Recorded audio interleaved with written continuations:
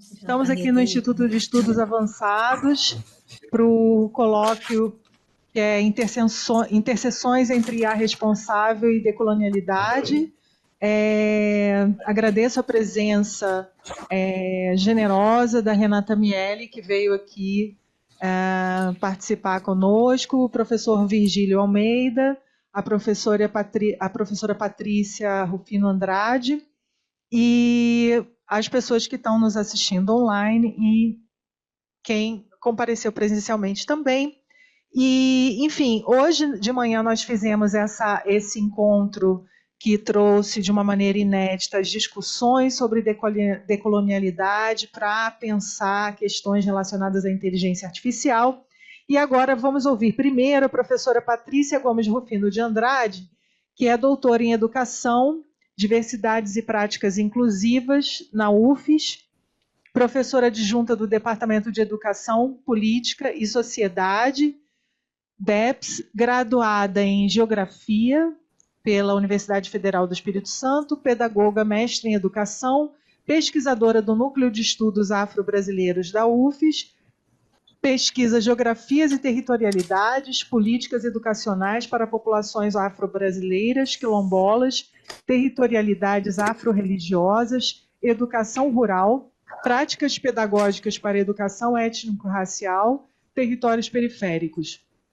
Desenvolveu em colaboração o programa Jongos e Caxambus no Espírito Santo, atualmente pós-doutora pela Universidade de Minnesota, desenvolve pesquisa em economia e políticas institucionais, desenvolve projetos de liderança, conteúdos e metodologias de ensino para lideranças em educação. Coordenou o Núcleo de Estudos Afro-Brasileiros da Universidade Federal do Espírito Santo. Boa tarde, Patrícia. Obrigada pela presença.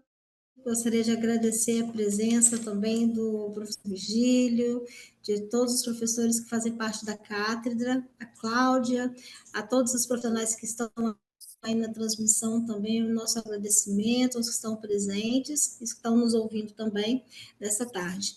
Então, Ellen, falar um pouquinho desse desafio, né, que você nos propôs, a partir de como, entendendo, compreendendo a educação antirracista, a gente consegue dialogar sobre essa relação, né, tecnológica que nós estamos, né, nos aprofundando cada vez mais, que é a inteligência artificial.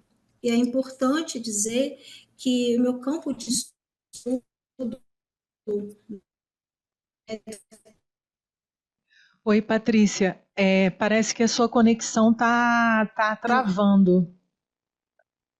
Como que a população periférica, como que, ou, né, nos contrassensos do que nós dizemos, políticas públicas, né, de gestão e como que nós precisamos.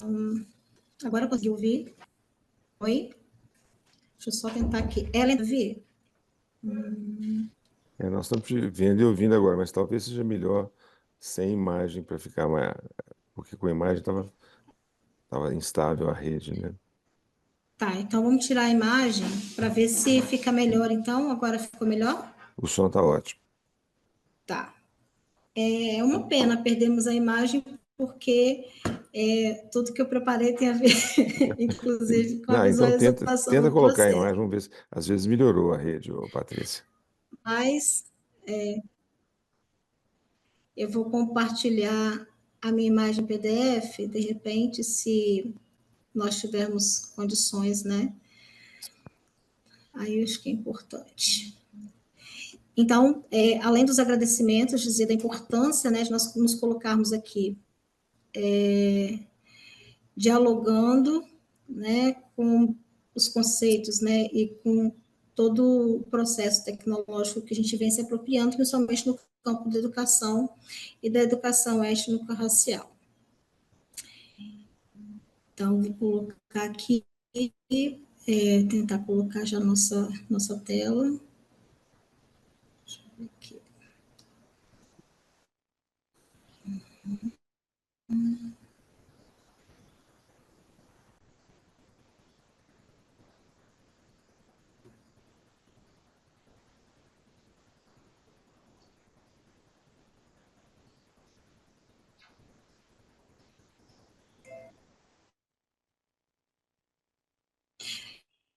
Aí qualquer coisa vocês me falem se por acaso, que eu vou parar de ver, né?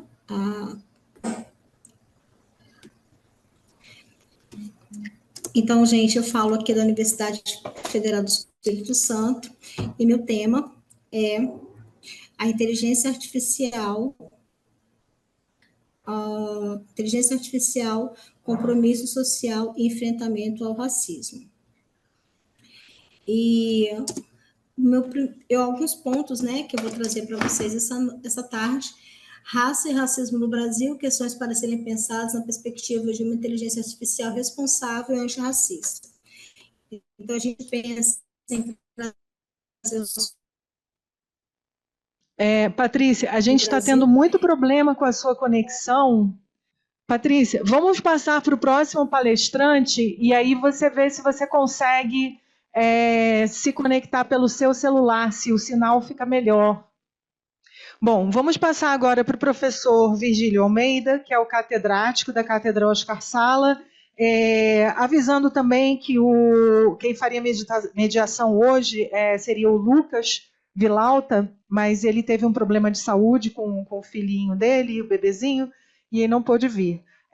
As perguntas para o IEA Responde, @usp.br.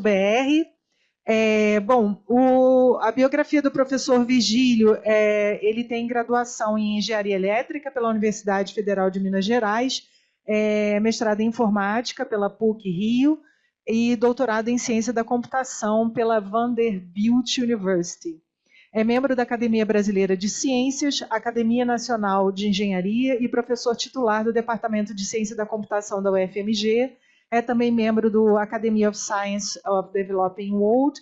Seus interesses de pesquisa concentram-se em vários aspectos do sistema da computação, atuando principalmente nos seguintes temas: sistemas distribuídos em larga escala e suas propriedades, internet, caracterização de tráfego e cargas de trabalho, medição, modelagem analítica de performance e planejamento de capacidade de infraestruturas de processamento de informação.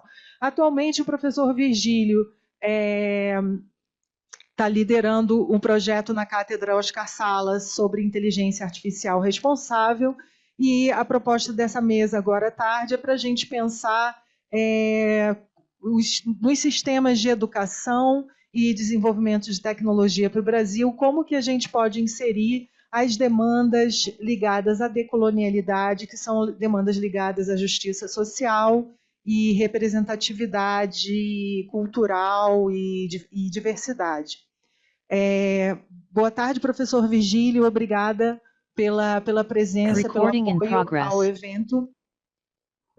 Obrigado, Ellen, por organizar o evento, agradecer a Renata Miele, coordenadora do CGI, a presença. Eu sei para ela que, além do tempo apertado dela, ela tem a questão da dificuldade de locomoção, então a gente aprecia muito essa participação dela. Agradecer também à professora Patrícia, né? Espero que as limitações tecnológicas sejam sanadas logo para que possamos ouvi-la, né? Eu vou apresentar uma coisa concreta, sabe? É, um pequeno estudo de caso de como uma universidade pública federal, a UFMG, está tratando a questão de IA na vida acadêmica, tá? Eu vou usar uns slides aqui, é, se eu puder compartilhar, estão aqui já.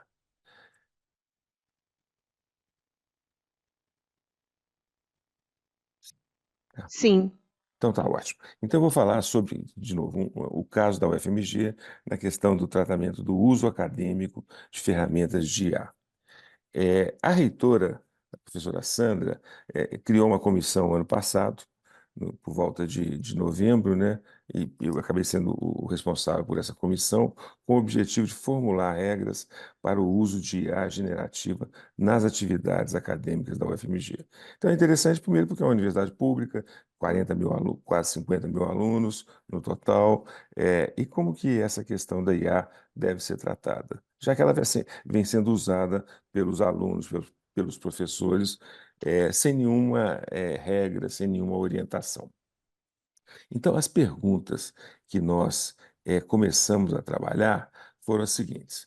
algumas perguntas para entender essa questão da IA numa universidade pública brasileira. Primeiro, quais habilidades vemos como essenciais para a formação de alunos? Lembrando que os alunos vão ser a futura geração de profissionais. Então, eles têm que ser formados, adaptados ao que se espera na frente, tá? E o avanço da inteligência artificial mostra a necessidade de formar alunos com esses conhecimentos. Quais comportamentos de uso de IA devemos desincentivar ou mesmo proibir? Quais requisitos devem ter os professores e técnicos da UFMG para preparar a futura geração de profissionais?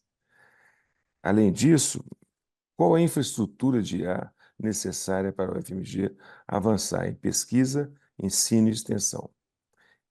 Por último, uma questão muito importante que é qual a estrutura de governança de uma força de trabalho para avançar com a IA na UFMG. Então, foram essas as questões colocadas. Essa comissão que foi criada pela reitora tem oito membros. É, eu sou do Departamento de Ciência da Computação, uma professora da Medicina, uma professora da Comunicação, uma professora da Linguística, um professor da Engenharia, um professor do Direito e um professor também da Comunicação da Fafiche. Então, é uma comissão ampla na natureza do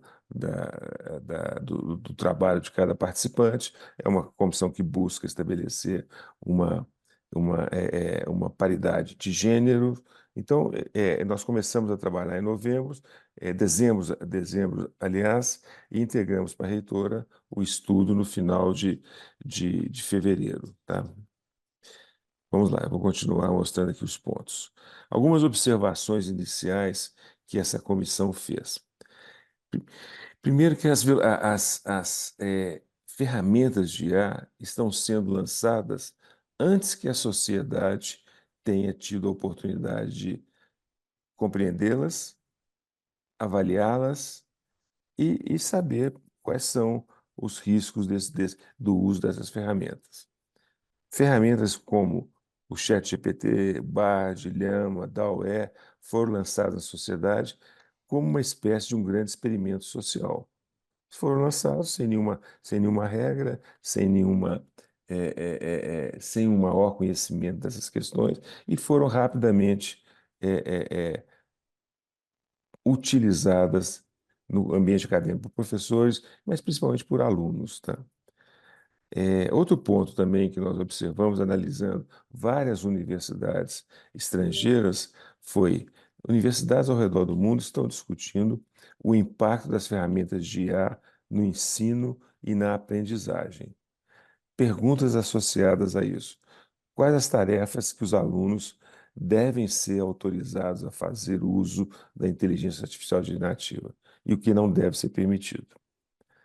Outro ponto que nós procuramos analisar é onde há benefícios e quais as formas de incentivar tarefas positivas.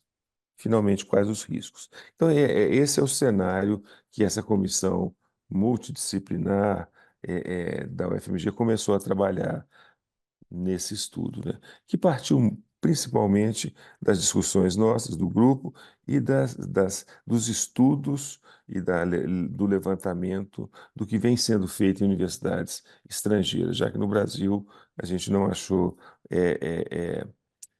iniciativas nessa direção. Aqui é só para mostrar que essa questão da IA é extremamente complexa porque a aceleração das tecnologias é muito rápida. Olha, para vocês terem uma ideia, o reconhecimento da escrita, à mão, né, manual, começou por volta de 1990 e só foi ter algoritmos capazes de ter uma performance similar ao reconhecimento por humanos por volta de 2016, ou seja, quase 20 anos no desenvolvimento dessa tecnologia. Já no reconhecimento de fala, speech recognition, também começou por volta de 1980 e 90 e só chegou a ter uma performance, os algoritmos têm uma performance similar ao desempenho humano por volta de 2016, de novo, aproximadamente 20 e tantos anos, né? Já a compreensão do texto escrito, os estudos mais avançados começaram por volta de 2016 e 3 anos depois, 4 anos depois, já tinham uma performance similar ao elemento humano. O entendimento da linguagem é impressionante. Começou em 2017 a tornar-se, em termos comerciais, a disponibilidade e em menos de um ano e meio já tinha uma performance semelhante à dos humanos e logo depois ultrapassou. Então, isso nos mostra que essas tecnologias de IA, elas avançam muito à frente da sociedade. E o que a sociedade pode fazer? Essa é a pergunta que nós tentamos estabelecer aqui, tá? Mas também tem suas. Eu não estou centrando a conversa apenas nos riscos e nos possíveis efeitos negativos. Há uma série de oportunidades. Aumento de produtividade, por exemplo, profissionais de informação e conhecimento que trabalham com essas ferramentas podem ter um bom aumento de produtividade no jornalismo e na própria pesquisa científica. Quem hoje não faz uso do Scholar, do Google, tem uma nova ferramenta chamada Illuminate, tem várias ferramentas de tratamento, de levantamento de literatura científica, de sumarização, e os próprios novas versões do chat GPT, que inclusive apresentam a referência básica daquilo que eles respondem às perguntas de pesquisas científicas. Oportunidades profissionais para os alunos. Um estudo do MIT aponta que o acesso à IA generativa aumentou a produtividade dos agentes em 14%, com um maior impacto, e essa é uma observação importante, nos trabalhadores novatos ou menos experientes. É uma possibilidade de aceleração do conhecimento. Oportunidades para professores, planejamento de aula, apoio à pesquisa, educação, treinamento profissional em áreas específicas. E, finalmente, a oportunidade que nós temos de capacitar os alunos, principalmente olhando para o futuro, no convívio de humanos e robôs, porque isso vai ser provavelmente um ambiente frequentemente encontrado daqui a alguns anos, tá? Então, para educar essa nova geração para esses novos ambientes de trabalho. Então, de novo, há riscos, mas há também enormes oportunidades, né? Só para mostrar um exemplo de riscos, né? É, uma tarefa que professores fazem em determinadas épocas do ano é escrever as cartas de recomendação para aceitação em programas de pós-graduação, eventualmente para aceitação em estágio. E nos Estados Unidos, um estudo mostra que muitos professores passaram a usar o ChatGPT e outras ferramentas de IA generativa para criar essas cartas de recomendação, e esse estudo mostra que essas cartas de recomendação geradas por tecnologias de inteligência artificial têm um viés de gênero. Eles são privilegiam as cartas de pessoas do gênero masculino, tá? Então, e um terceiro ponto é o seguinte: estabelecer regras para a universidade é fundamental, mas não é suficiente, porque é necessário manter um controle se essas regras estão sendo seguidas, tá? Então, daí a necessidade, primeiro, de estabelecer regras e políticas das instituições, no caso das instituições de ensino, princípios de uso e uma regulação. Então, nós insistimos que a UFMG tem que ter uma comissão de governança da IA, que vai, periodicamente, rever as regras e estabelecer mecanismos de auditoria para verificar o cumprimento das regras e, eventualmente, verificar os casos que fogem às recomendações, né? Pontos chaves, então, dessa comissão. Primeiro, impactos da IA na UFMG. E aí eu acho que esse é um ponto que eu gostaria de enfatizar. Primeiro, a comissão entende que a mera criação de restrições para o uso de IA não é um caminho produtivo para discutir o contexto acadêmico em seu atravessamento pelas tecnologias de IA. Então, a linha dessa comissão foi: não, nós não vamos restringir o uso da inteligência artificial na UFMG. Nós vamos estabelecer regras que dirijam esse uso para o bem comum, tá? Para gerar mais produtividade, qualidade de ensino e pesquisa. Um outro ponto-chave dessa comissão, e que aí dialoga com o que a Ellen mostrou no início, que é da inteligência artificial responsável. Ou seja, visar estabelecer na UFMG o uso responsável de IA, com fundamentos éticos, responsabilidades morais e sociais, que estabeleçam limites de proteção para a sociedade e o meio ambiente, né? E, finalmente, a importância de se ter transparência nessas atividades todas dentro do ambiente acadêmico, principalmente visando a preservação da privacidade, proteção de dados e a justiça nas decisões geradas por esses sistemas. E aí nós estabelecemos um conjunto de regras para cada um dos blocos da universidade: ensino, pesquisa, extensão e administração. Então, para ensino, um exemplo dessas regras: recomendar que as ementas de disciplinas sejam transparentes na explicitação do que pode e do que não pode, em termos de uso de ferramentas de IA. Então, as ementas das disciplinas propostas pelos professores devem estar claras o que é permitido ser feito por inteligência artificial, por geração de imagens sintéticas, de textos sintéticos, e o que não é permitido. Incentivar as discussões em sala de aula sobre o uso de IA em cada curso, com reflexões sobre pontos positivos e negativos do uso dessas tecnologias.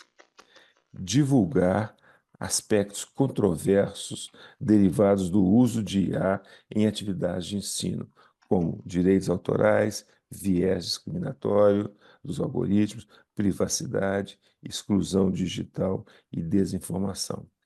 E estabelecer regras para uso e incorporação das tecnologias de IA nos trabalhos acadêmicos, trabalhos de fim de curso, trabalhos que são entregues pelos alunos, né? Quando nós começamos essa discussão interna, vários professores na universidade falavam o seguinte: nós vamos retornar ao processo de arguição oral para avaliação dos alunos, porque senão nós não teríamos condições frente ao uso dessas ferramentas automáticas. Então, é importante ter essas regras para, primeiro, não desestimular os alunos de usarem aquilo que pode ser usado de uma maneira positiva, né? E evitar esse uso indevido. Na pesquisa também, a IA é fundamental.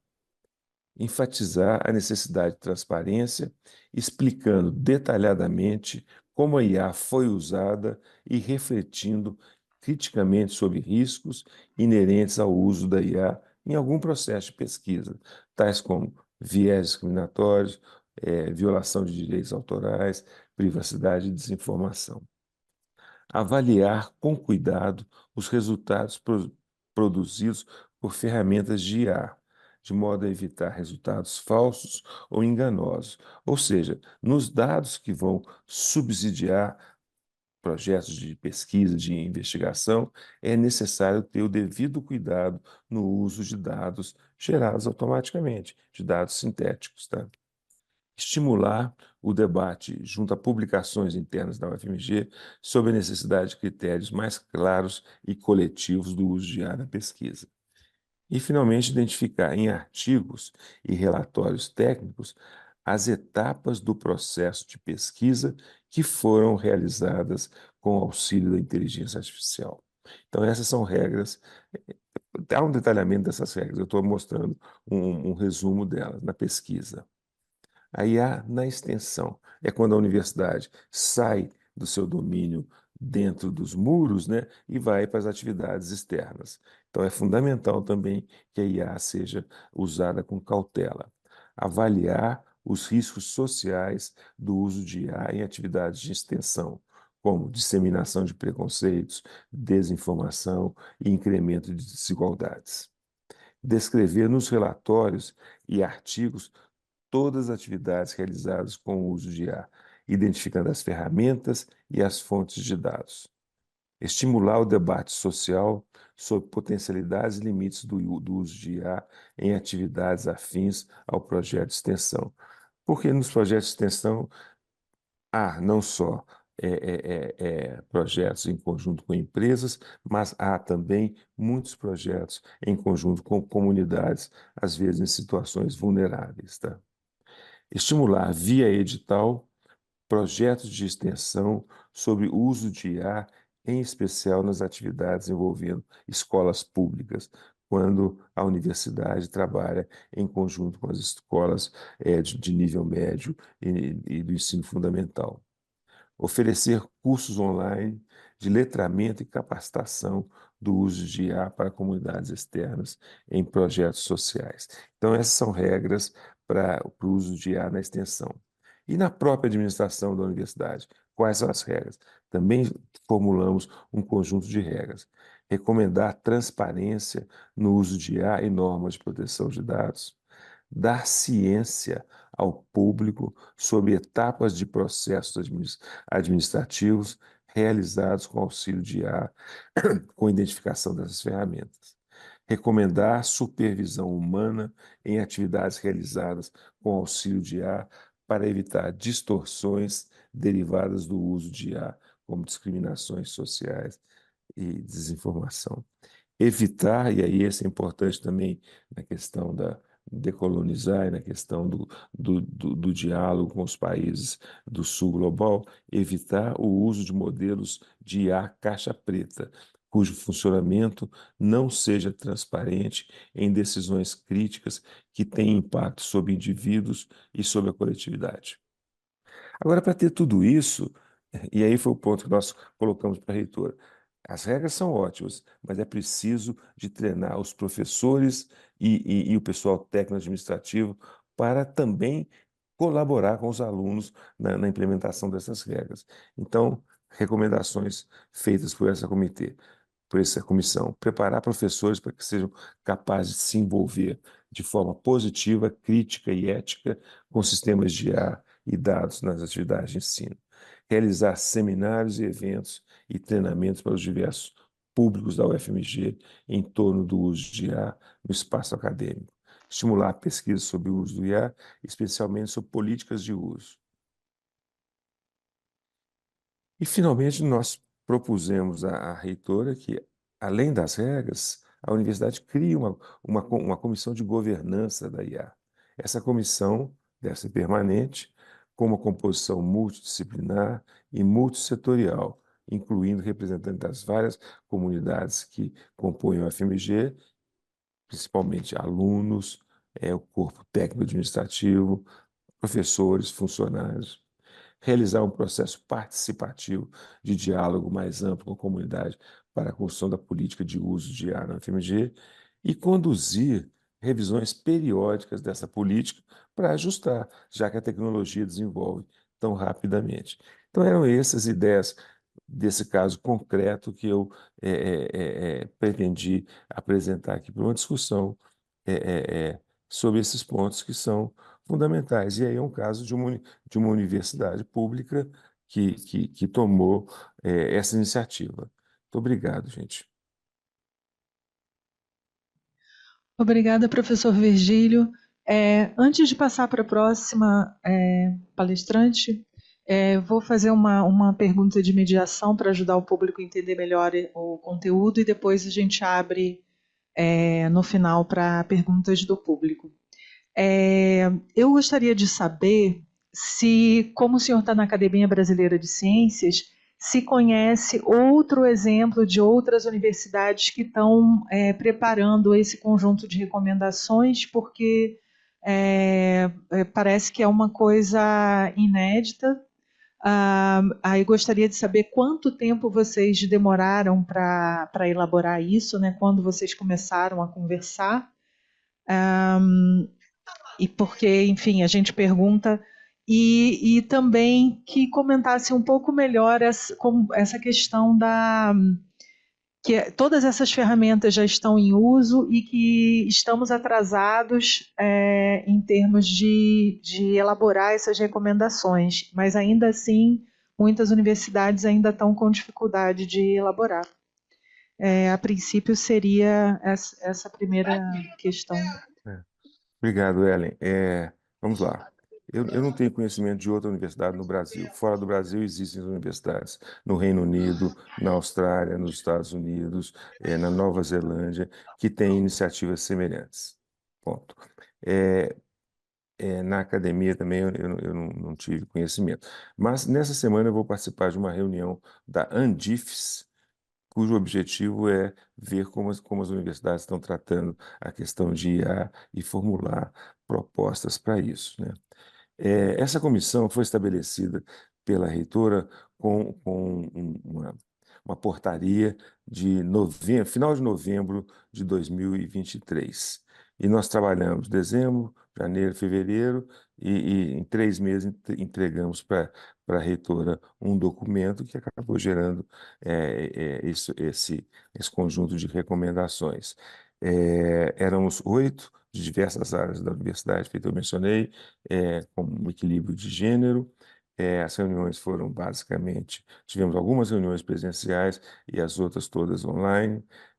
O material básico foram as questões internas de conhecimento dos professores, mas principalmente uma revisão de literatura e de casos em uso em diversas universidades. Então, nós tentamos ter essa visão. Como a comissão tem gente da medicina, da engenharia, do direito, da filosofia, das ciências humanas, a gente teve um conjunto amplo de pontos de contribuição. Então, o que eu apresentei para vocês é fruto de um trabalho coletivo, tá? De visões diferentes que foram montadas. E aí a universidade, a reitora levou isso para o conselho universitário e finalmente aprovou isso no CEP, que é o Conselho de Ensino e Pesquisa, para tornar essa proposta uma política formal da universidade.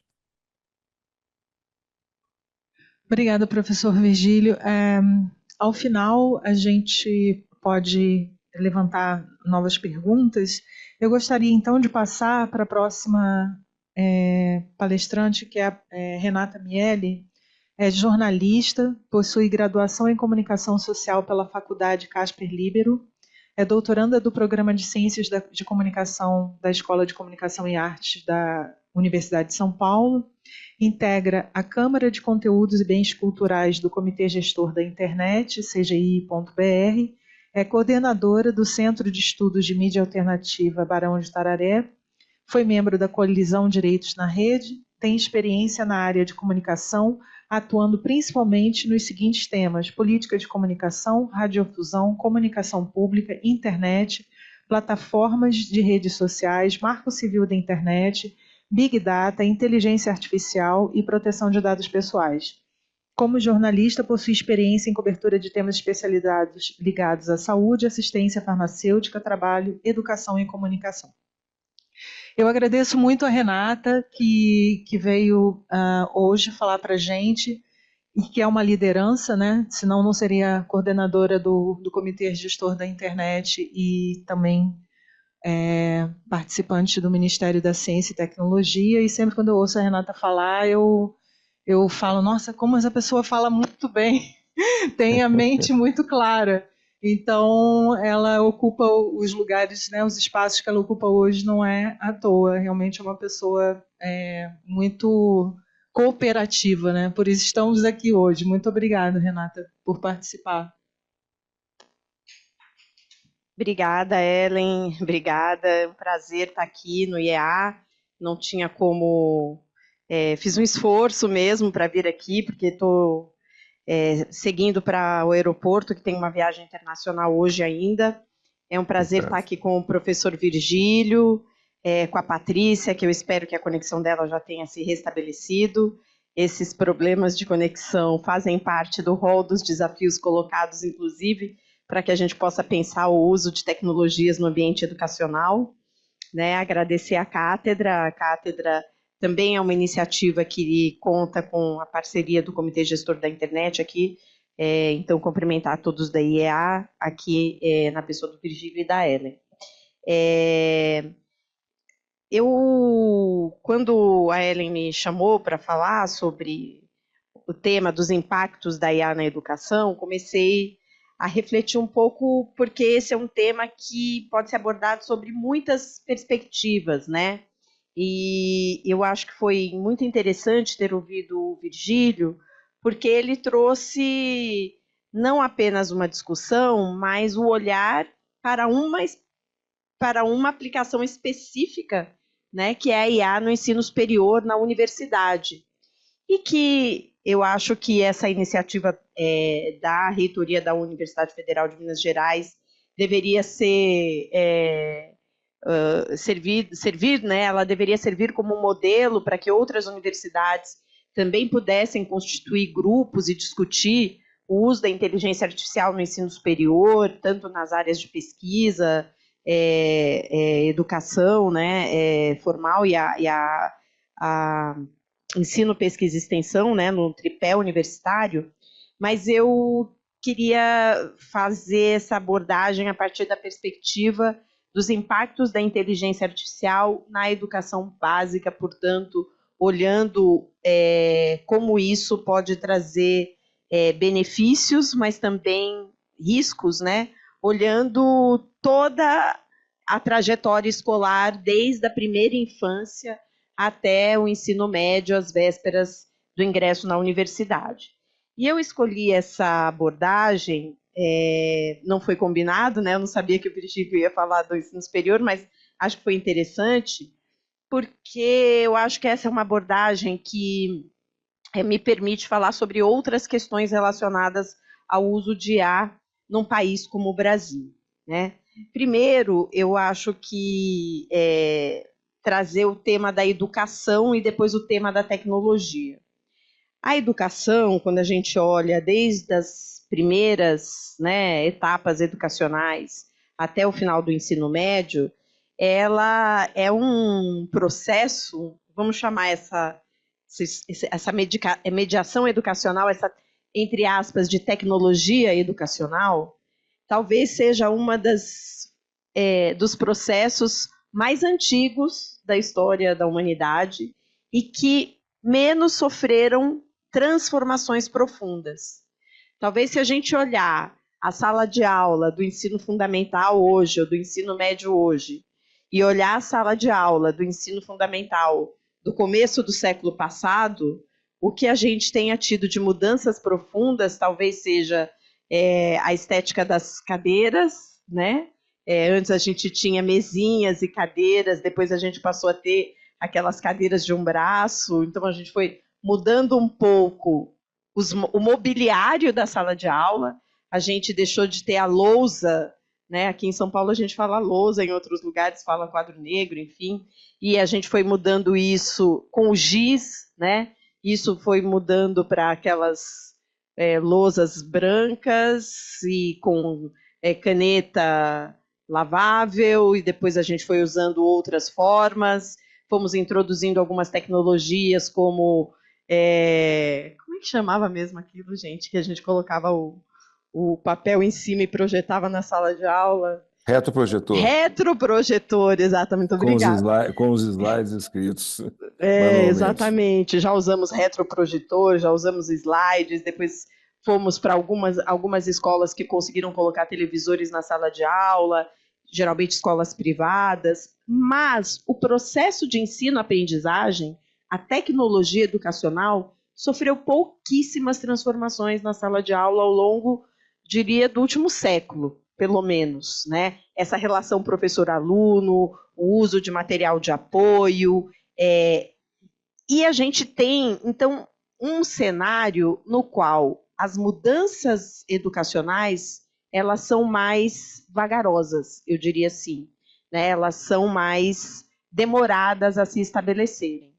Por outro lado, nós estamos vivendo um cenário tecnológico no qual o desenvolvimento de tecnologias de informação e comunicação trouxeram mudanças profundas para a sociedade como um todo, e não poderia ser diferente, elas também estão sendo utilizadas dentro da sala de aula.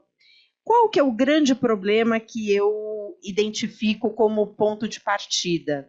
O descompasso entre esse desenvolvimento acelerado da tecnologia, uma tecnologia pervasiva, disruptiva, que requer habilidades e competências para serem utilizadas de uma maneira mais crítica e extraindo o seu potencial, com uma sala de aula, e aí eu estou olhando para a sala de aula, digamos, claro que tem exceções, né, gente? Eu estou usando uma média, né, de um país como o Brasil, no qual a educação pública, principalmente, passa por uma situação de um sucateamento imenso, onde a gente tem uma realidade que é a formação de professores e a própria carreira do professor no país não é valorizada adequadamente. Nós temos muitas dificuldades de fazer processos de capacitação e reciclagem com os professores que saem da universidade, aqueles que têm algum curso universitário e vão para a sala de aula. Então, essa renovação, essa capacitação de professores em massa no Brasil é uma coisa que ainda é muito deficitária. Então, nós temos um processo no qual a apreensão e o uso da tecnologia ele está sendo feito na sala de aula sem um direcionamento organizado, como está sendo feito, por exemplo, no âmbito do ensino superior na Universidade Federal de Minas Gerais. Nós temos os professores procurando entender como essas tecnologias funcionam, professores que têm realidades diferentes ao longo do país, onde a gente tem uma categoria profissional de pessoas que têm faixas etárias distintas, realidades de formação distintas, procurando entender como vão utilizar aquelas tecnologias. Então, eu acho que esse é o primeiro problema que nós precisaríamos pensar. Como o Brasil e o sistema educacional brasileiro consegue desenvolver um mecanismo para que professores, desde as primeiras etapas de ensino até o ensino médio, tenham, de fato, um processo de formação aprofundado para lidar com o uso das tecnologias na sala de aula. E aí eu acho que isso passa tanto para a educação básica, tanto para a educação pública, quanto para a educação privada. E esse é um problema que nós já estamos vivenciando muito antes, digamos, das ferramentas de inteligência artificial. Eu vou dar um depoimento pessoal, que apenas para ilustrar, eu sou mãe de 2 meninos, um menino com 10, outro menino com 13, e eles estudam numa escola do interior de São Paulo, porque eu moro mais ou menos no interior de São Paulo. É uma escola privada, uma escola que tem uma filosofia, estudavam, né, nessa escola, agora que eles mudaram, uma filosofia de ensino mais construtivista, mas me deparei, quando eles estavam com 6 e 7 anos, com uma lição de casa para eles fazerem uma pesquisa. E eu, primeira vez, falei, pesquisa? Mas aonde que vai fazer a pesquisa, né? A pesquisa é no livro didático? Não, no caso não era no livro didático. Levou um livro para casa da escola? Tem alguma indicação? Porque hoje em dia a gente não usa mais enciclopédia. E aí a pesquisa era onde? Aí eu falei, vamos fazer no Google, a mamãe vai fazer a pesquisa com eles, porque eles não tinham idade para fazer pesquisa utilizando uma ferramenta de busca que não é enciclopédia. E aí veio uma, veio 2, veio 3, veio 4, e na 4ª vez eu fui na escola e falei, olha, vocês estão propondo que crianças de 7, 8 anos façam pesquisas para estudarem matérias da sala de aula no Google? E a diretora da escola falou, no Google. Eu falei, mas o Google não é enciclopédia. Então, os professores não conhecem essa ferramenta adequadamente, não davam nem pontos de referência. Aliás, tem uma visão completamente distorcida de muitas das fontes que existem na internet, criminalizando fontes abertas. Por exemplo, mamãe não pode usar o Wikipedia porque o Wikipedia é tudo mentira. Apenas porque o Wikipedia é uma ferramenta de produção de conhecimento colaborativa. Então, este é um exemplo apenas para dizer que o nosso problema do uso de inteligência artificial e tecnologias de informação e comunicação na sala de aula passa necessariamente pela formação de professores. A segunda questão é como a gente introduz nos currículos escolares, desde a primeira etapa, literacia digital e disciplinas voltadas para o entendimento das tecnologias, não apenas para o saber como usa, mas a partir de uma perspectiva crítica da tecnologia, para que a gente possa chegar no nível superior, como diz o professor Virgílio, e poder fazer um debate mais aprofundado, compreendendo que essas tecnologias possuem vieses, como essas tecnologias funcionam, que a gente precisa ter uma perspectiva crítica dessas tecnologias. Então, eu queria partir de um pressuposto de que não estamos amadurecidos do ponto de vista da nossa estrutura educacional e nem do atual estágio de desenvolvimento dessas tecnologias para incorporar plenamente esses mecanismos dentro da sala de aula. Essa é a primeira questão. Olhando do ponto de vista mais conceitual, claro que a inteligência artificial e essas tecnologias podem trazer muitos benefícios para o processo ensino-aprendizagem.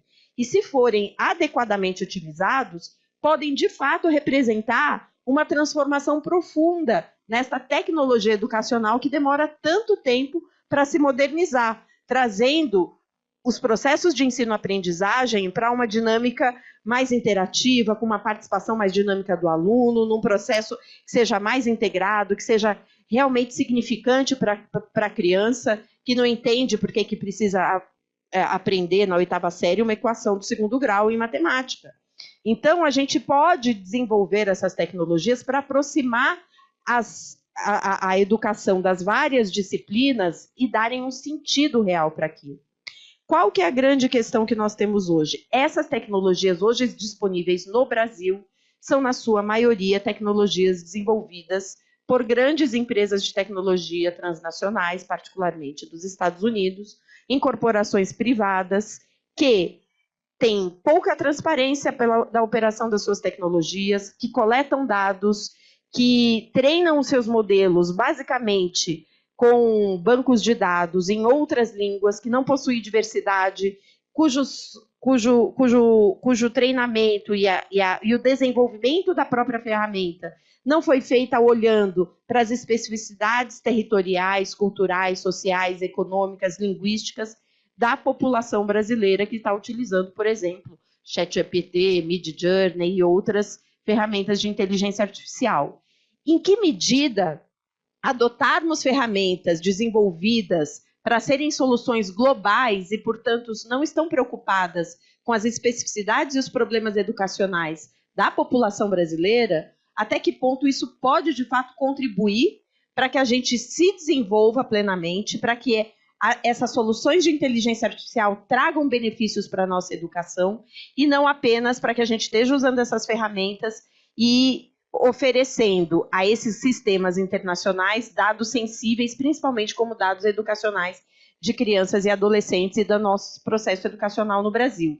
Então, a segunda questão que eu queria trazer é: o Brasil precisa desenvolver e criar instrumentos e políticas públicas para fazer investimentos em desenvolvimento, implementação, treinamento e uso das suas próprias ferramentas de inteligência artificial aplicadas às várias áreas que são áreas estratégicas de interesse, e uma delas é a educação. Não é necessário que nós tenhamos uma dependência tecnológica, é a única alternativa que a gente tenha para usar a inteligência artificial nas escolas, seja baseada nessas ferramentas desenvolvidas para soluções globais. Então, esse é um outro desafio que eu acho que nós precisamos compreender. Como desenvolver nossas próprias ferramentas, ferramentas que estejam relacionadas com a realidade da população brasileira e dos desafios educacionais da população brasileira, que não devem ser pautados apenas por meritocracia, por melhoramento de dados estatísticos, por melhoramento de gestão e resultados. Ela precisa ser uma ferramenta que consiga ter uma visão mais humanista da educação, e eu finalizo com essa preocupação, porque eu acho que todas as questões de ética e tal, o professor Virgílio já trouxe, e a gente tem a professora Patrícia, que vai falar das questões raciais, mas como a gente olhar essas ferramentas não apenas como instrumentos de aumento de produtividade do professor e do aluno na sala de aula, mas olhar essas ferramentas para que elas possam contribuir para a formação educacional a partir de uma dimensão humana, né? Para que a gente possa ter condições de usar essas ferramentas para compreender de que maneira nós estamos trazendo a nossa educação mais próxima para a gente construir uma sociedade mais crítica, uma sociedade mais democrática, uma sociedade com menos preconceito, com menos vieses, né? E que se reconheça culturalmente, socialmente, economicamente e linguisticamente. Então, essa eu acho que é uma terceira dimensão, porque o que a gente tem visto de muitos papers que têm sido produzidos e documentos em organismos internacionais é o olhar da inteligência artificial como instrumento de aperfeiçoamento de metas e produtividade, né? Claro, isso é importante também, mas a gente precisa olhar a inteligência artificial como um instrumento para que essa educação possa ser mais humanizada e menos automatizada e menos focada na meritocracia apenas e em dados estatísticos que possam mostrar, olha só como os nossos professores, nossas escolas estão melhorando seus índices de produtividade, mas ao fim e ao cabo a construção cognitiva, social, cultural dos nossos alunos vai estar despencando. Então, acho que essas são algumas das preocupações que eu queria trazer. Obrigada. Obrigada, Renata. A Renata trouxe coisas importantes, né? Porque quando a gente fala de risco da inteligência artificial no ensino básico, a gente tem toda uma literatura a nível internacional, enfim, toda uma literatura sobre o impacto das tecnologias num público mais jovem é diferente do impacto num público adulto, né? Então, existe toda essa discussão que ainda está aí no ar, que é sobre o impacto cognitivo, se a gente vai ter um encolhimento cognitivo e como lidar com isso no ensino básico, que é diferente do ensino superior. Tem algumas questões aí para a gente comentar, chegaram algumas perguntas, mas a Patrícia conseguiu entrar, né, Patrícia? Boa tarde, Patrícia. Boa tarde, estão conseguindo me ouvir agora? Está melhor? Sim, excelente. Então, vamos ouvir a Patrícia. Obrigada. Então, foi muito bom pegar um pouco da fala da professora Renata e eu também peço desculpas porque a gente está mudando de lugares aqui e reuniões e tal, então a gente precisou mudar aqui de lugar para poder falar um pouco, né, e conseguir fazer a transmissão. Eu vou pedir também para colocar os slides que a gente preparou para poder dar sequência à fala. Mas, inicialmente, acho que é importante a gente falar, né, do tema, pode passar, pode já ir passando, do tema que é sobre o enfrentamento às novas tecnologias a partir de uma visão, né, do compromisso social de enfrentamento ao racismo, entender como que as nossas populações elas estão alijadas ainda desse processo, né, de conhecimento tecnológico e, logicamente, falando da população preta, falando da população pobre, é um processo que realmente chega com um grande distanciamento, com um atraso muito grande.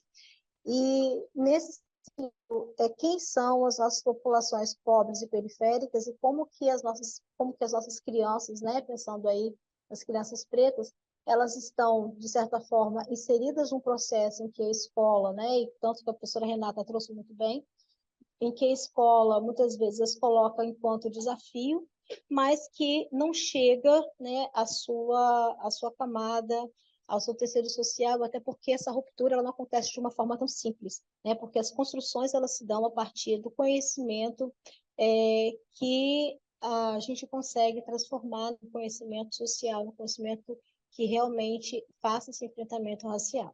Pode passar. Então, eu trouxe, gente, algumas questões para nós pensarmos, né? Não primeiro pensar em conceitos, mas eu quero fazer uma coisa um pouco mais didática, não? para poder tentar organizar isso e trazer o racismo como uma questão que tem que ser focada quando a gente fala de inteligência artificial.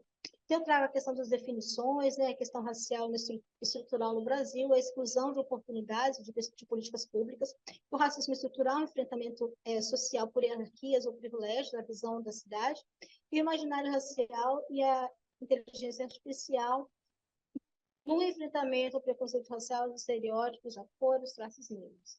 E eu quero falar um pouco de dentro também desse processo, pode passar, que seria como que o Brasil tem, a partir da visão do estereótipo de marca e do racismo estrutural, pode passar, por favor, que vai trazer, né, questões a serem pensadas na perspectiva da cidade. Então, ali, eu quero fazer um exemplo, por exemplo, que eu trouxe foi da favela, né, de Paraisópolis, e pensar Paraisópolis a partir desse lugar outro, né, que é visto em São Paulo como as periferias, como as minorias. Saiu uma foto de Paraisópolis em 2000 e, se não me engano, 2004. Pode passar. Um pouco mais à frente, que vê o paradoxo, né, da sociedade.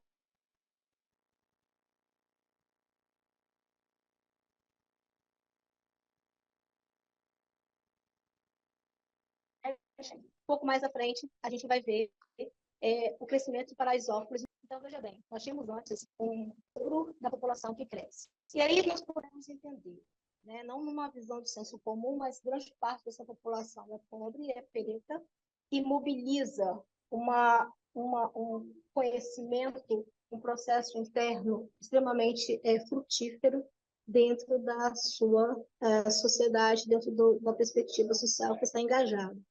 E aí nós sabemos que dentro dessa perspectiva, tanto a população preta e pobre, ela também cresce mais, cresce à margem e cresce com todas as necessidades, que são, não, além das necessidades tecnológicas, mas necessidades de sobrevivência do processo humanitário, mas também do contexto social, político e econômico. Então, isso a gente chama de racismo estrutural, quando essas condições elas se dão em detrimento e discriminação dessa população que está alijada desse processo social. Pode continuar, por favor. No próximo slide,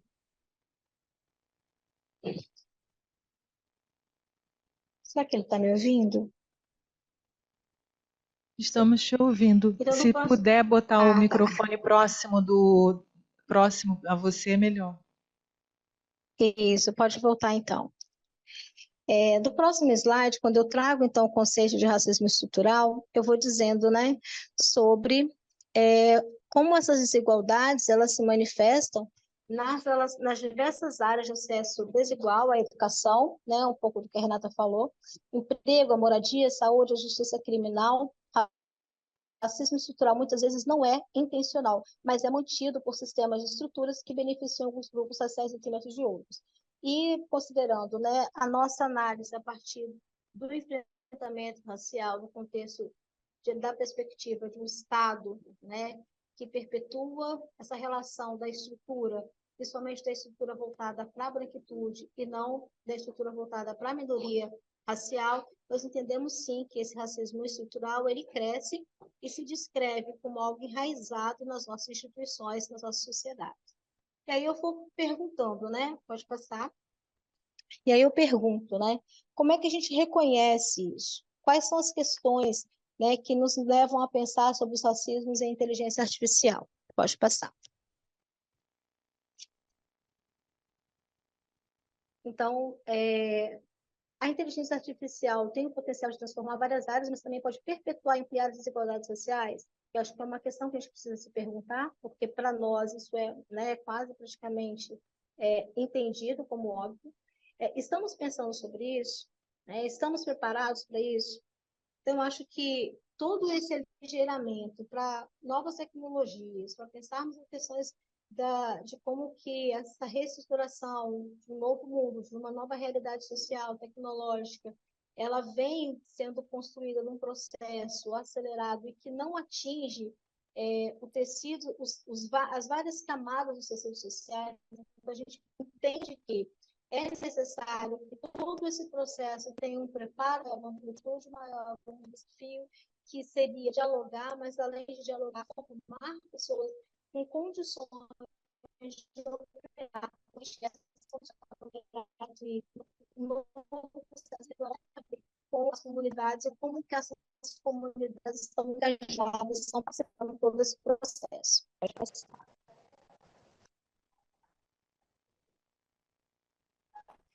Então, do que nós estamos falando, né? Eu elenquei algumas questões, nós estamos falando das disputas, das disparidades sociais provocadas pelo racismo estrutural, estamos falando sobre a consciência da produção da desigualdade socioespacial, tecnologias que ampliam as distâncias, estamos falando sobre a rapidez do crescimento das desigualdades visíveis, estamos falando sobre a das desigualdades invisíveis, estamos falando da fluidez sobre as disparidades nos ambientes e virtuais.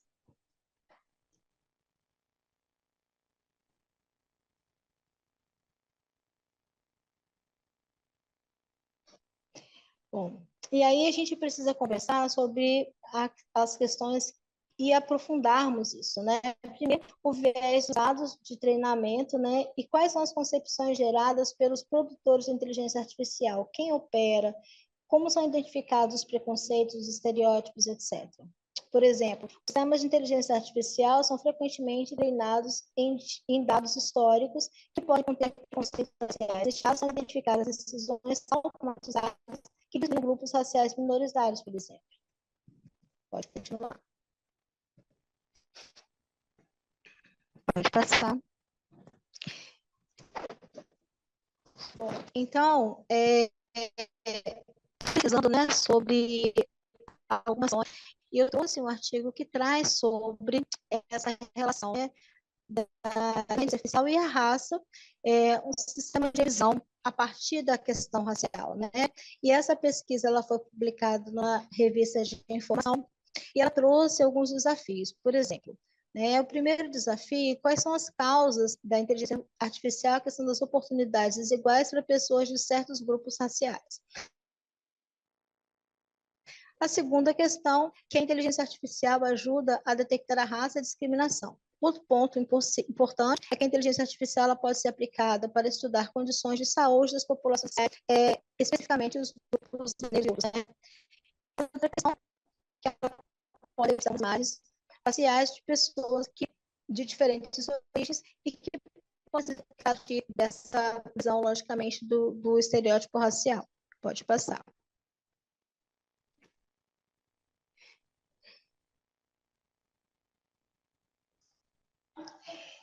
Então, nesse sentido, eu queria focar um pouco sobre a questão de que a inteligência artificial está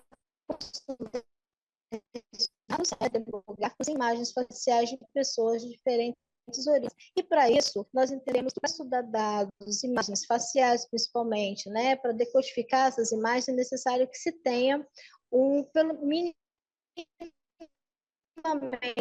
um desenho, né?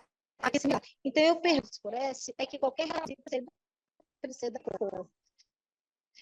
Mas, estamos no conceito moral. Então, eu trago quem são os sujeitos que produzem o processo? Quem são os sujeitos que colocam essas questões como dados e produzem essas relações, né, internamente? Pode passar.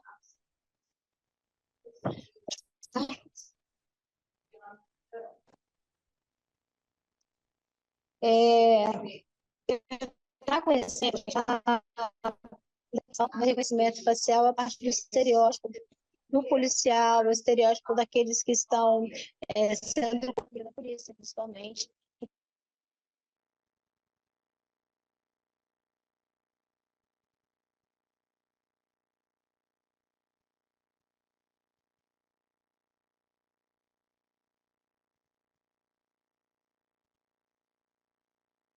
Então, esse artifício, ele pode muito bem ser o que é preto. Estou levantando algumas questões, porque acho que a gente precisa falar no nosso cotidiano. Pode passar, por favor.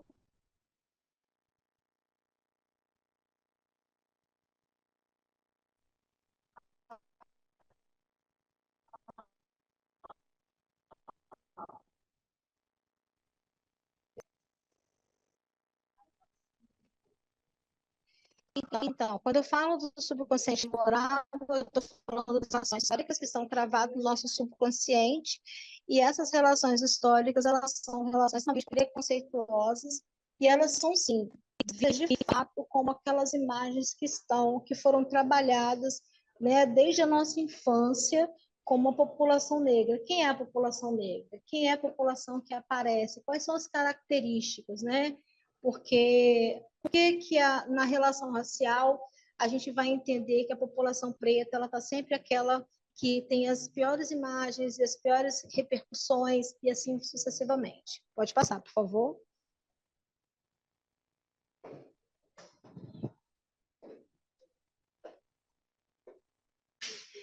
Bom, então eu trago aí que uma questão, né?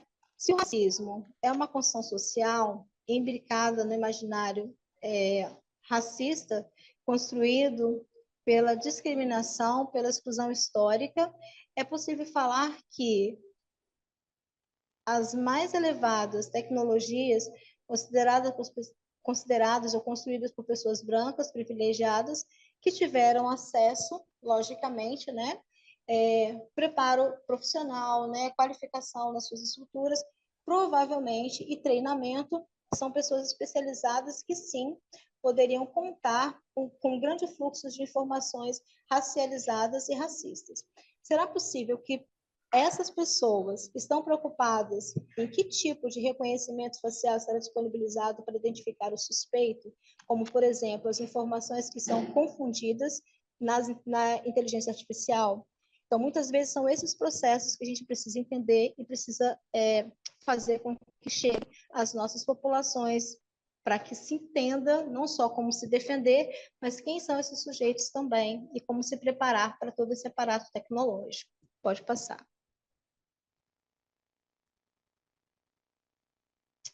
Então, esse subconsciente moral, né, é um termo que se refere à parte do subconsciente humano que influencia ou guia o comportamento moral de uma pessoa, e muitas vezes essa forma de inconsciente, ela vai estar sendo referindo-se, né, ao próprio consciente moral, às decisões que nós tomamos, às ações conscientes que são realmente baseadas nesses princípios da experiência.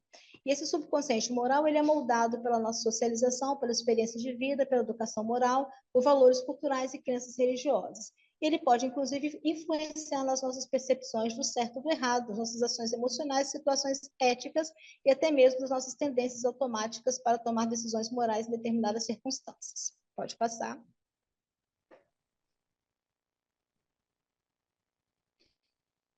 Então, eu vou finalizando que, muito embora essas fotos históricas estejam cravadas no nosso subconsciente moral, né, a pessoa pode influenciar os nossos comportamentos de maneiras importantes e também pode ser objeto de reflexão e de modificação através da autoconsciência.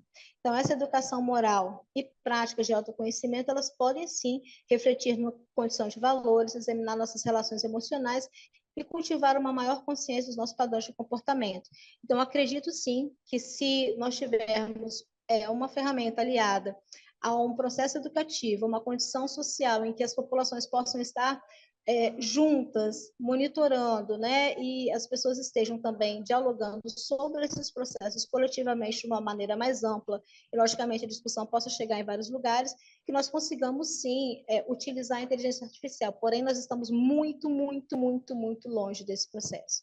Se nós não conseguimos dialogar com as populações e enfrentar o racismo que enche hoje as nossas cadeias, que faz com que a população preta seja identificada através do reconhecimento facial, ou que não consiga minimamente ser reconhecida facialmente para que possa acessar o seu próprio celular, então nós estamos falando que a produção do racismo, ela está, sim, sendo fortalecida a partir da compreensão da nova tecnologia de inteligência artificial.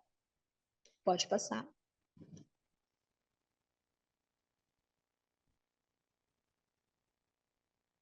Então, só para finalizar, gente, eu coloquei aí o primeiro campo, né? Inteligência artificial é um campo novo, necessário à discussão da pobreza e redução de danos sociais. É importante entender como esse diálogo atravessa as áreas duras da produção, das ciências da vida, das tecnologias de poder, porque a partir dessa construção, todos os processos educativos necessitam entender a maior ou menor possibilidade de inclusão das populações pretas e pobres e isso só cresce no país. Se falamos, ponto 2, se falamos de exclusão racial e social, é necessário que, por outro lado, temos que falar sobre a inclusão intra- e extramuros tecnológicos. Somente neste processo poderemos compreender o que significa justiça social e o avanço tecnológico inclusivo.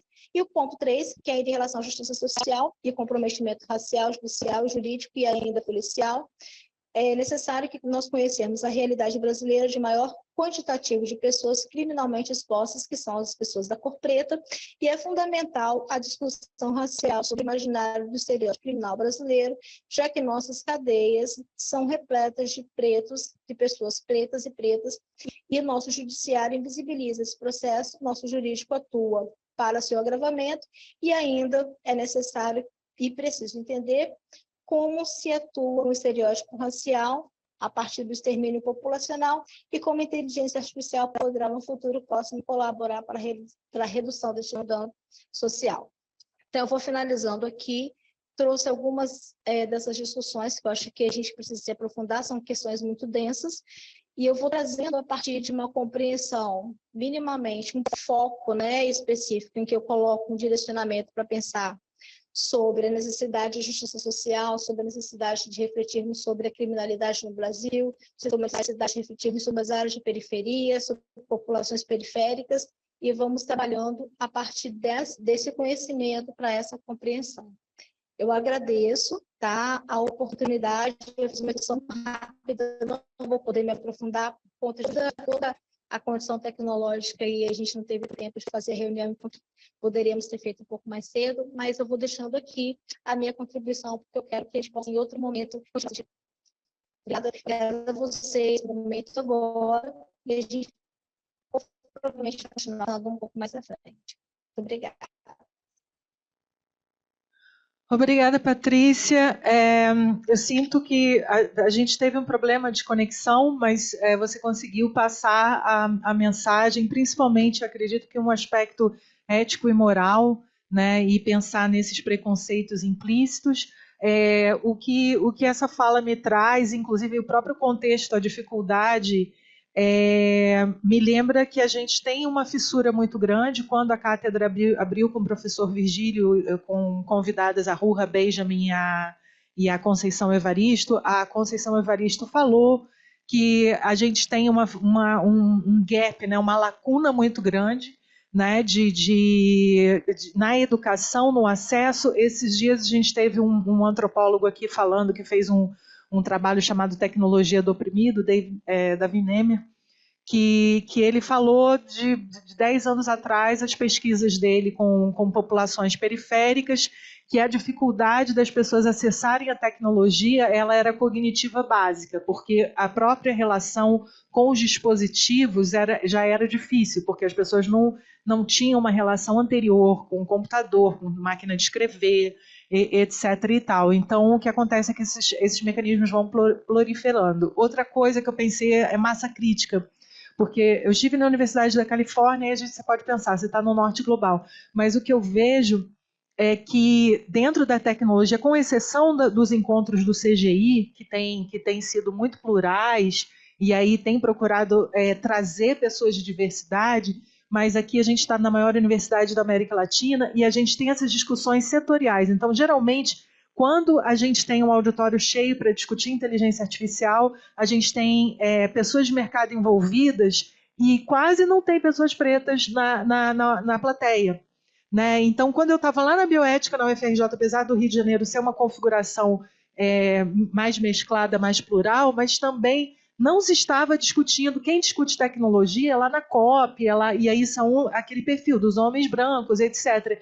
Então, a gente ainda tem essa dificuldade de engajamento. Hoje, por exemplo, a gente trouxe pessoas africanas ou pessoas negras que são líderes dentro do que elas estão fazendo, mas esse debate de tecnologia ele ainda está nas mãos de um determinado grupo. E o outro grupo, a gente tem aqui uma cátedra de cultura que tem pessoas indígenas à frente dela agora, mas as pessoas têm outras prioridades. Então, a gente tem esse gap, essa lacuna que a gente precisa ver como que resolve. Então, em relação a toda a fala da professora Patrícia e do contexto, parece que a gente tem que ver como que a gente resolve essas lacunas. A Renata hoje ela trouxe também o problema da formação de professores, porque se os professores estão falando para acessar o Google, eles também estão com pouca informação. Então, eu gostaria de abrir para outros comentários. Gostaria de saber se a Renata tem algum comentário em relação às falas. A Renata vai viajar hoje, né? Então ela já tá aqui pesquisando aqui como que ela se movimenta, como que ela vai chegar no aeroporto. Mas então eu passaria a fala para a Renata. Depois a gente tem algumas perguntas do público e é isso. Não, eu queria apenas dizer que acho que uma das questões que eu trouxe, que é esse problema de como a gente desenvolve soluções de inteligência artificial, ferramentas de inteligência artificial, para estarem em aderência com a realidade brasileira, portanto, desenvolvidas, treinadas a partir dos problemas concretos, da diversidade cultural, étnico-racial, social, linguística, dialoga muito com a fala da professora Patrícia, porque a gente vai conseguir ser mais inclusivo à medida que a gente tenha uma diversidade de ferramentas que tenham e sejam desenvolvidas by design, né, para refletirem os problemas, né, e refletirem a nossa diversidade, né, e, portanto, treinadas com a nossa diversidade. Então, acho que você tem um recorte aí imenso, e nós temos que olhar aí o problema do racismo estrutural, mas nós também temos outras situações que são o problema das profundas desigualdades econômicas que nós temos no país, das diferenças, né, eu diria, entre o setor, a área urbana e a área rural, né, a realidade das pessoas que moram e estão nas escolas rurais é uma realidade completamente diferente em todos os sentidos daquelas pessoas que vivem nos grandes centros populacionais. Então, utilizar a inteligência artificial partindo dessa realidade concreta é algo que, de fato, como disse a professora Patrícia, nós ainda estamos um tanto distantes de termos condições de desenvolvermos e termos uma certa autonomia e soberania sobre essa tecnologia para que ela possa servir a esses propósitos, né? Acho que o Brasil tem uma vocação imensa, né? Eu acho que a gente tem como olhar a tecnologia não só a partir dos riscos, que são muitos, né?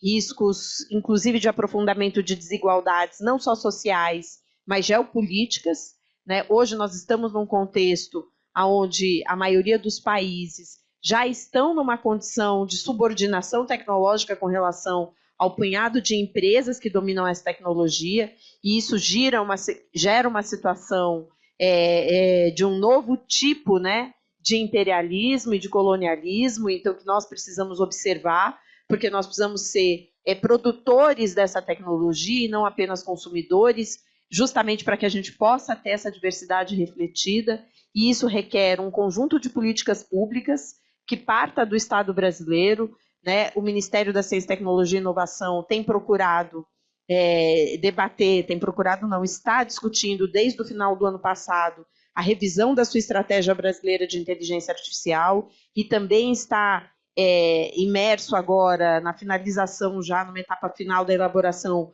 de um plano brasileiro de inteligência artificial para olhar áreas de vocação onde a gente possa ter uma perspectiva de impacto de curto, médio e longo prazo, porque a inteligência artificial ela é transversal, ela pode ser aplicada em todas as áreas, ela é pervasiva, mas nós precisamos ter focos e objetivos para olhar como essa tecnologia pode ajudar a solucionar situações bem concretas do povo brasileiro, e a gente precisa compreender isso como um processo, né? Nós já temos uma dependência tecnológica, não é apenas na inteligência artificial, né?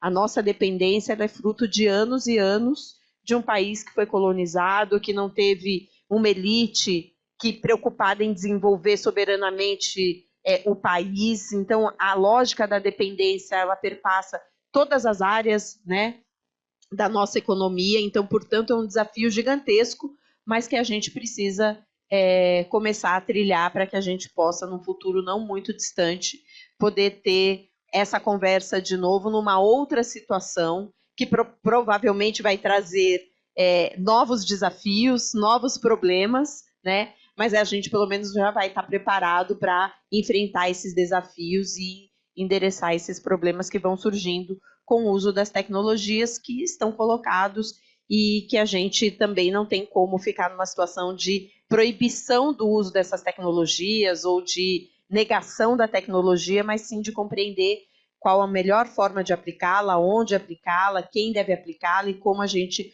capacita a nossa população para fazer o uso benéfico a partir dos interesses públicos que nós temos para essas tecnologias.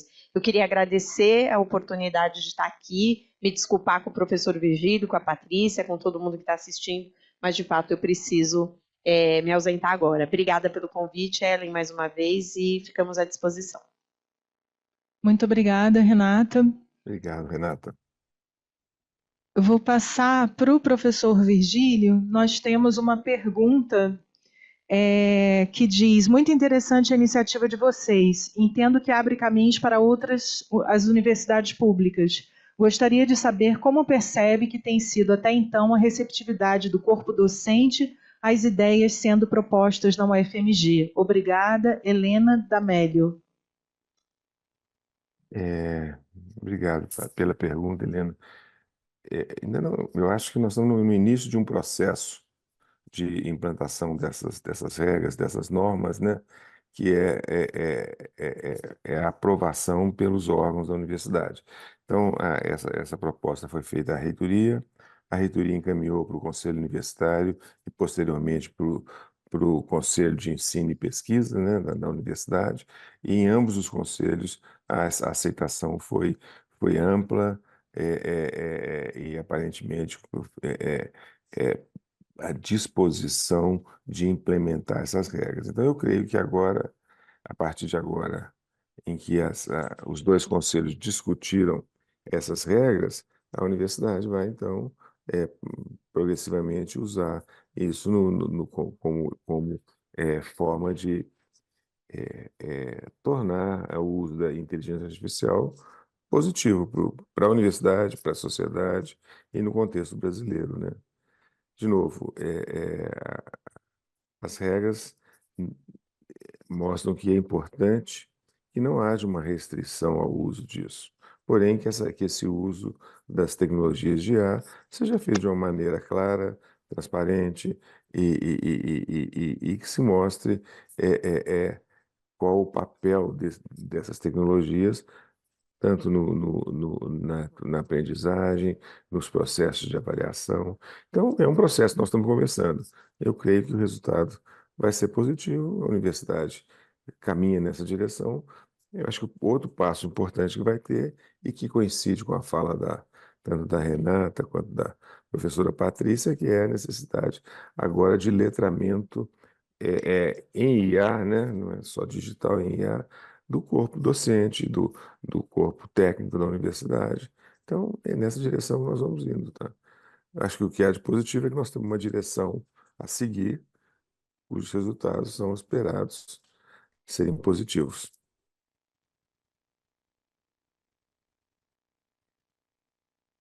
Obrigada, professor Virgílio.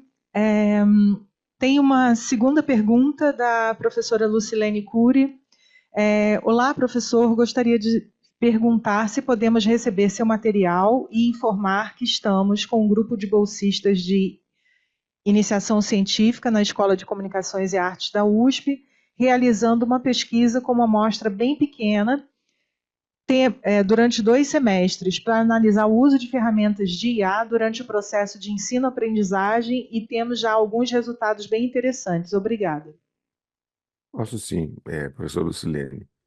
Você tem meu e-mail, eu lhe encaminho os meus materiais relativos ao que eu falei hoje. Pode sim, será um prazer.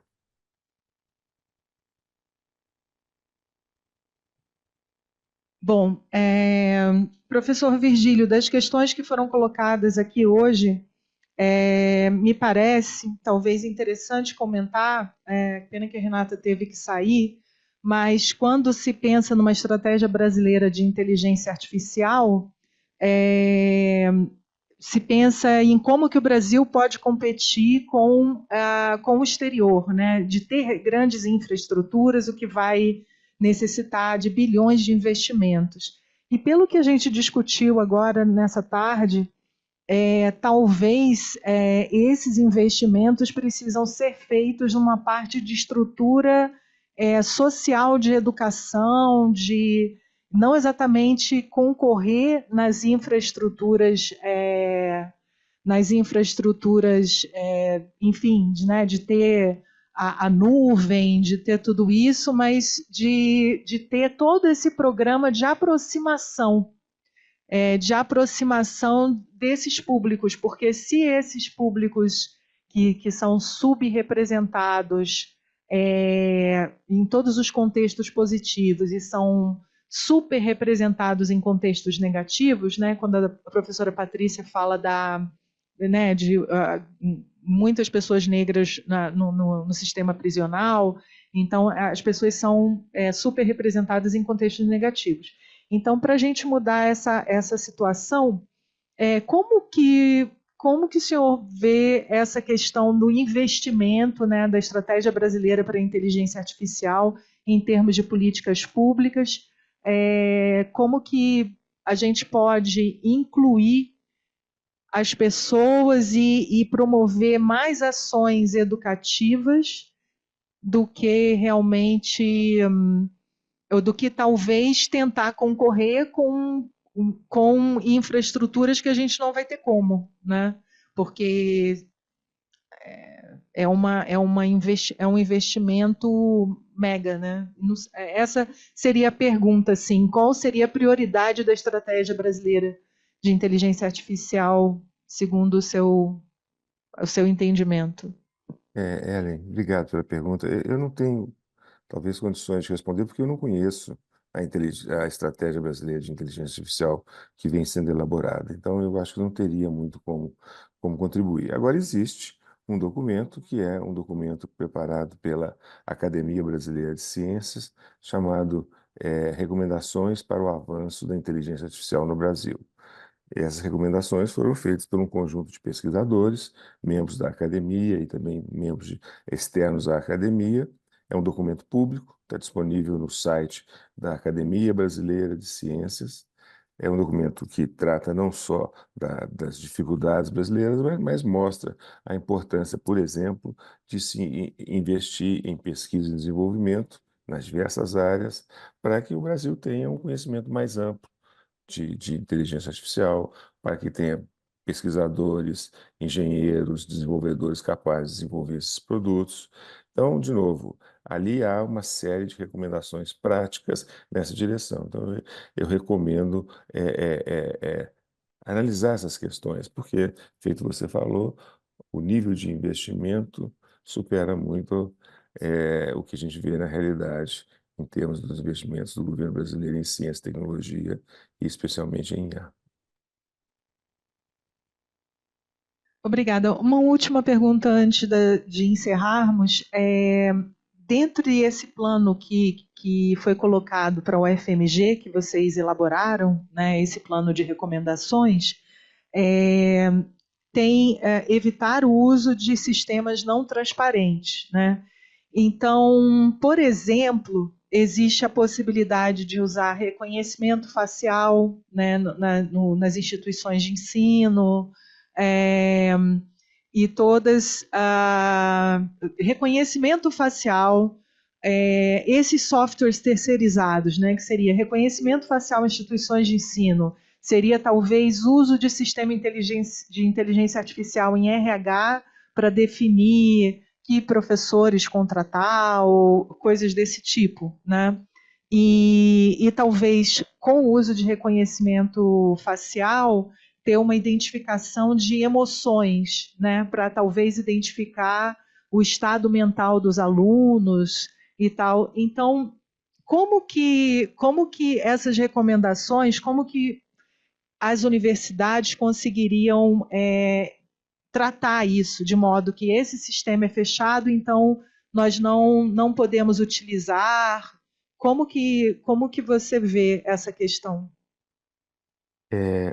O que eu mostrei foi um conjunto de regras para o uso de IA no contexto da UFMG. Então, eu não saberia lhe dizer sobre o uso em outras universidades.